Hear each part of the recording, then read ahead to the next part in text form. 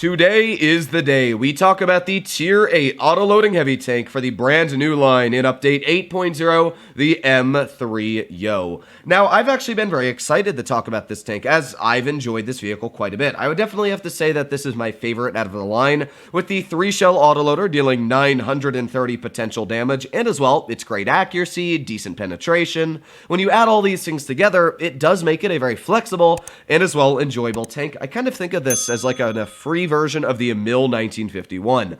But I'll be telling you everything you need to know about the tank in today's video, how I personally feel it ranks amongst the other heavy tanks at Tier 8, and if it's worth it to even think about grinding this vehicle. So first of all, if we take a look at the gun on the tank, it actually is quite a solid gun. It's got over 236 millimeters of standard penetration, which should be plenty to cut through your average Tier 8 heavy tank, and let's say you go up against a vehicle like an E75, a Tiger II, you gotta load that 2-key, 278 millimeters of pen should be plenty to butter right through those upper plates. It's nothing like a T34-3 sitting at 297, but it'll still be way up there on penetrating enemy opponents. The average damage, as I did say, is 310 per shot, which is very solid. As well, it's got 8 degrees of gun depression, but by far the best thing on this tank is the intra-clip reload. This is now the T57 Heavy of Tier 8. With a 2.73 second intra-clip, that means that in around 5.4 seconds, you deal 900 damage, which is about 0.6 seconds faster than any other clipper at Tier 8, at least at the heavy tank. So the AMX 5100, that's obviously a 3-second intra-clip, same for the Emil and the Emil 1951. So this vehicle now dumps out its shells way quicker than your average 900 clipper, and that's really impressive. The dispersion isn't great, it's 0.326, and neither is the aiming time at 3.8 seconds, but it's not bad. You'll see in the games that, yeah, it does take a little bit of time to aim in, but overall, it's worth it when you're able to dump a massive clip into the enemy. Now, this is the latest game I've played in the vehicle, and I keep forgetting to take my speed boost off the tank. I don't even use it. You'll notice I think I used it once after I remembered I had it, but like, yeah, speed boost, don't run it on your autoloaders. I'd highly suggest that you do run a med kit just in case your driver or, you know, your gunner gets killed. It's definitely worth it. I always find to repair something that's broken, then get to the battle literally like 2 seconds faster. So here we are. I am driving into position as quickly as I can. This thing, while it's not the fastest vehicle in the game, it only has a top speed of 35 kilometers per hour, does have a pretty decent power to weight ratio, which is actually not half bad. So you're able to get right into position. Now, before I do forget, I'm actually going to pause this and we'll go over the armor really quickly, just because that is something that's a little important. The armor on this vehicle is 180 on the upper plate, and that's obviously very weak. The whole upper plate is very easy to butter through. Same for the lower plate, only 120. Yeah, it's quite thick. Now, if you are fully hauled down, that upper plate becomes very thick. It's about 220, and of course, the edges are about 400, 500, so you can get a lot of auto ricochets on the hull.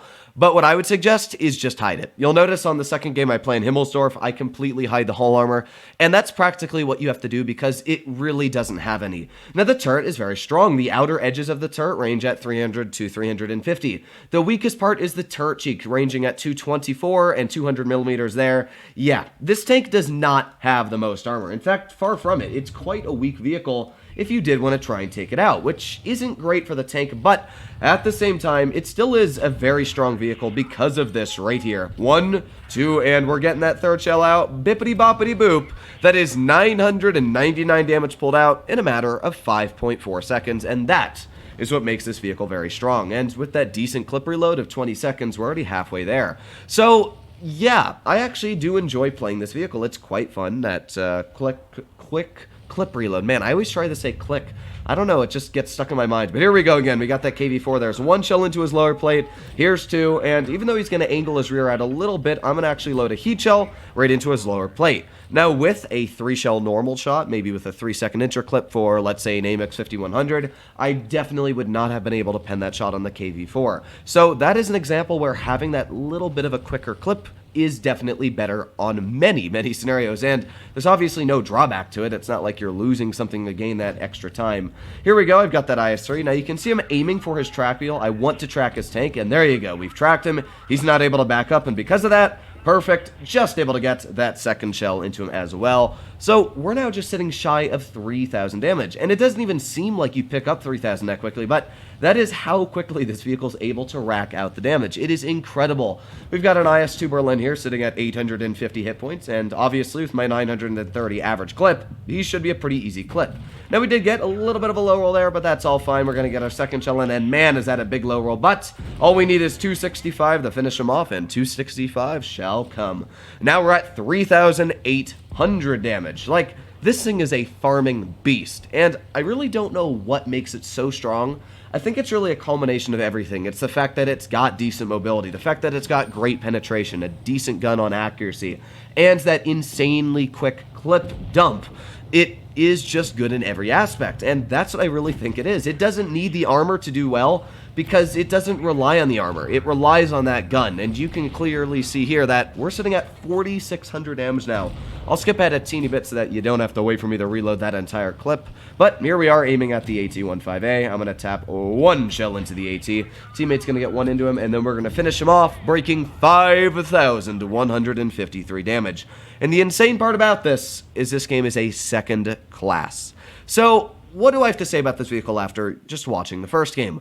Well, I definitely think that this is the most... first class, sorry. I thought it was the second class, but no, it turns out it was a first. But even then, the fact that I didn't ace a tank with over 5,000 damage is pretty dang insane. But as I was saying, what do I think about this vehicle overall? Yeah, I do think it's the stronger type of vehicle for a Tier 8 heavy tank. I was going to say the strongest of the line, but I do think the Tier 9 and 10 are overpowered. And while this vehicle is definitely very, very strong, it's also very easy to take out. If you're in an mill, you pretty much just beat this thing flat out because you've got more armor, you've got the same clip, and of course, you know, you're just better flat out in a hull down scenario, where this tank, I think it's better for a more rounded scenario. It's kind of like a T110E5 where it can kind of do everything, and that's impressive because it is a clipper. Clippers usually struggle at doing everything, but I think the really nice thing about this is that it's actually quite accurate. When you're using a vehicle like the Emil or the Emil 1951, they're sitting at really awful dispersion values. So when you've got a pretty accurate gun with a 3-shell autoloader like this tank, it's actually able to hit its shots, which is very important because when you miss a shot with this vehicle, it does hurt your DPM quite a bit. Now you can see here I'm aiming in on that weak spot, but sadly it just goes a little bit low. But thankfully, this guy roars out of it and shows me his lower plate. Even though I had a heat shell loaded, I'm taking that shot any day. So there you have it, 1,100 damage now pulled out on this vehicle. And I've been averaging, no joke, 4,000 average damage in this vehicle. Now it is only 4 games, but I don't know what to say. I can't tell if it's the vehicle being completely overpowered or I'm just getting lucky because it does seem like it's overpowered, but I can't really nail it on the head. But I will say that intraclip does make it a little bit unfair. Wargaming, you gotta put it to 3 seconds. Like, why would you give this vehicle such an unfair intraclip compared to your average autoloading heavy? But there you have it. That is now 2,000 damage I've pulled out. You can see I'm actually getting some decent bounces. The turret on this vehicle, while it is not impressively thick, you can see does chunk. Well, actually, I guess you can't see the shells, but I'll just say it chunks its average amount of shells because it's rounded, because it's got these funky angles. If you wiggle it back and forth, if you know how to use it correctly, you will get a decent amount of bounces on the armor, but don't rely on the turret. If you're poking, and there you go. That's a perfect example to show right through the hull or whatever he shot me with. I'll just wait until I shoot this T-32 one more time. Let me just see here if I can show where I got penned.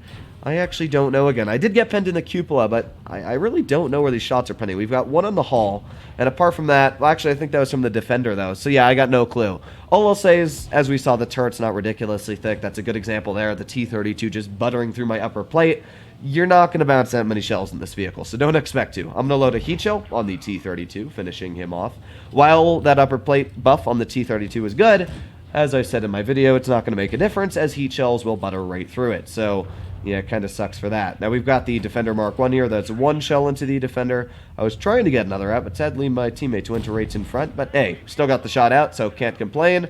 And now we're sitting at 3,400 damage. I'll skip the replay ahead just a little bit so we can watch me shoot this guy. And here we go, 622 hit points. My heat is not enough to pen his upper plate, but thankfully, he's got a turret ring. And 1, 2, and 3 go right into it. And with that, 4,105 damage. So, there you have it. That is the M-III-Yoh. My opinion, the most enjoyable and the best tank out of the whole line if you wanted to play, because it's just a great vehicle. It's got that great intraclip. It's got decent mobility, it's got a good gun, good accuracy, everything you kind of want. And because of that, I've really been enjoying it. This plays more like the tier 10 if you're running the 3-shot gun, then the tier 9 plays like the tier 10 with the 2-shot. But hopefully, all of you enjoyed today's video. If you wanted to see more like it, please consider smashing that subscribe button down below. But other than that, stay happy, stay healthy, and I'll be seeing you in the next one. Bye-bye.